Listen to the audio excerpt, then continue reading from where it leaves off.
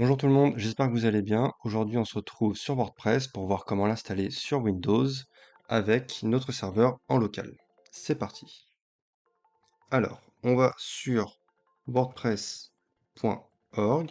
Attention à ne pas aller sur le wordpress.com qui est une version commerciale, sinon vous allez tout simplement payer pour avoir votre site en ligne. Euh, WordPress.org, c'est vraiment la solution 100% gratuite. Alors attention quand je dis 100% parce que c'est vraiment juste le logiciel qui est open source et bien sûr s'il faut le mettre en ligne, il nous faudra un nom de domaine et un hébergement qu'on verra plus tard. Alors vous allez sur WordPress.org et vous faites Get WordPress juste ici. Il vous amène sur la dernière version de WordPress qui est actuellement la 6.3.1. Je clique dessus et c'est parti pour le téléchargement. Une fois dans mes téléchargements, je vais prendre mon dossier WordPress et je vais le glisser dans mon dossier www. Donc là, il est en format zip. Je n'ai plus qu'à le dézipper ici, extraire tout. Voilà, alors l'extraction est terminée et il faut bien faire attention. Dans ce dossier WordPress 6.3.1, j'ai encore un dossier qui s'appelle WordPress. Et si on regarde un petit peu plus près ce qu'on a à l'intérieur, on voit bien qu'on a les dossiers de WordPress, les fichiers aussi qui le composent, et le plus important, ça va être de voir qu'on a bien le index.php. Alors, ce dossier, il faudrait bien qu'il soit à la racine de www, donc je vais entrer dans le WordPress 6.3.1, je vais prendre mon dossier WordPress et je vais le glisser directement ici. Ce dossier de WordPress est vide, je vais le supprimer. Une fois le dossier WordPress mis à la racine du www, je vais le renommer avec le nom de mon client.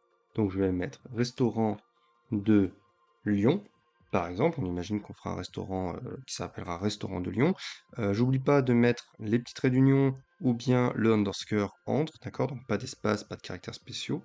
Je rentre à l'intérieur, je vois bien que j'ai tous mes fichiers. Et pour accéder à l'installation de mon WordPress, il me suffit d'aller sur mon navigateur. Je vais ouvrir un nouvel onglet et je vais aller sur local host.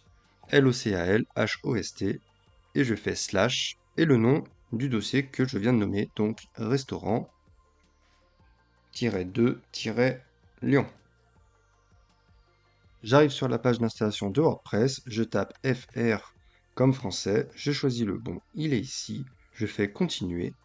Sur cette page, il me demande plusieurs informations pour accéder à la base de données, donc on va aller la créer.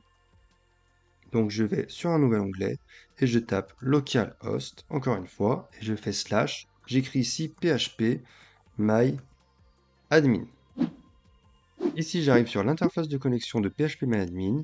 L'utilisateur sur Windows, c'est root, R-O-O-T, et le mot de passe, il n'y en a pas. Donc j'ai juste à faire connexion.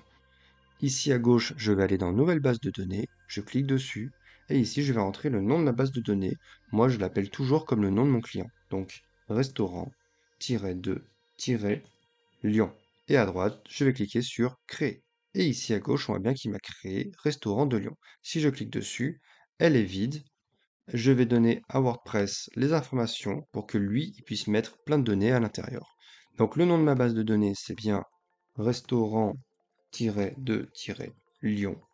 L'identifiant, c'est pour se connecter à phpMyAdmin, donc on a vu que c'était root, R-O-O-T, et que le mot de passe, il n'y en avait pas. L'adresse de la base de données, on est bien sur localhost, ici on est bien sur localhost. Préfixe des tables, WP, par défaut c'est pour WordPress, et moi j'ai pris l'habitude de mettre les deux premières lettres de mon client. Donc RE pour restaurant. Et je vais faire envoyer. Il me dit que c'est parfait, il a bien fait le lien avec la base de données, je peux donc lancer l'installation. Le titre de mon site, ça va être du coup restaurant de Lyon. L'identifiant, ici, je vous déconseille de mettre juste admin ou utilisateur, c'est beaucoup trop simple à craquer. Donc je vous conseille de mettre quelque chose de bien sécurisé. Donc dans notre cas, on va mettre par exemple admin restaurant. Et le mot de passe, pareil, quelque chose de bien sécurisé. Dans notre cas, on va mettre mot de passe, point d'exclamation, 2023, qui n'est bien entendu pas du tout sécurisé. Notre email, je vais mettre l'adresse de l'agence. Visibilité par les moteurs de recherche, c'est tout simplement, si on coche, on demande au moteur de ne pas référencer le site.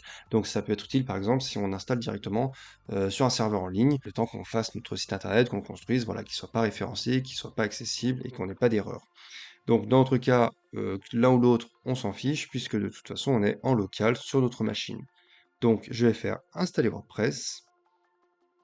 Et maintenant, il me dit que c'est bon, j'ai plus qu'à me connecter. Je fais se connecter. Donc pour l'identifiant, on a mis admin restaurant. Pour le mot de passe, on a mis mot de passe, point d'exclamation 2023. Je regarde, c'est bien ça. Et je fais se connecter.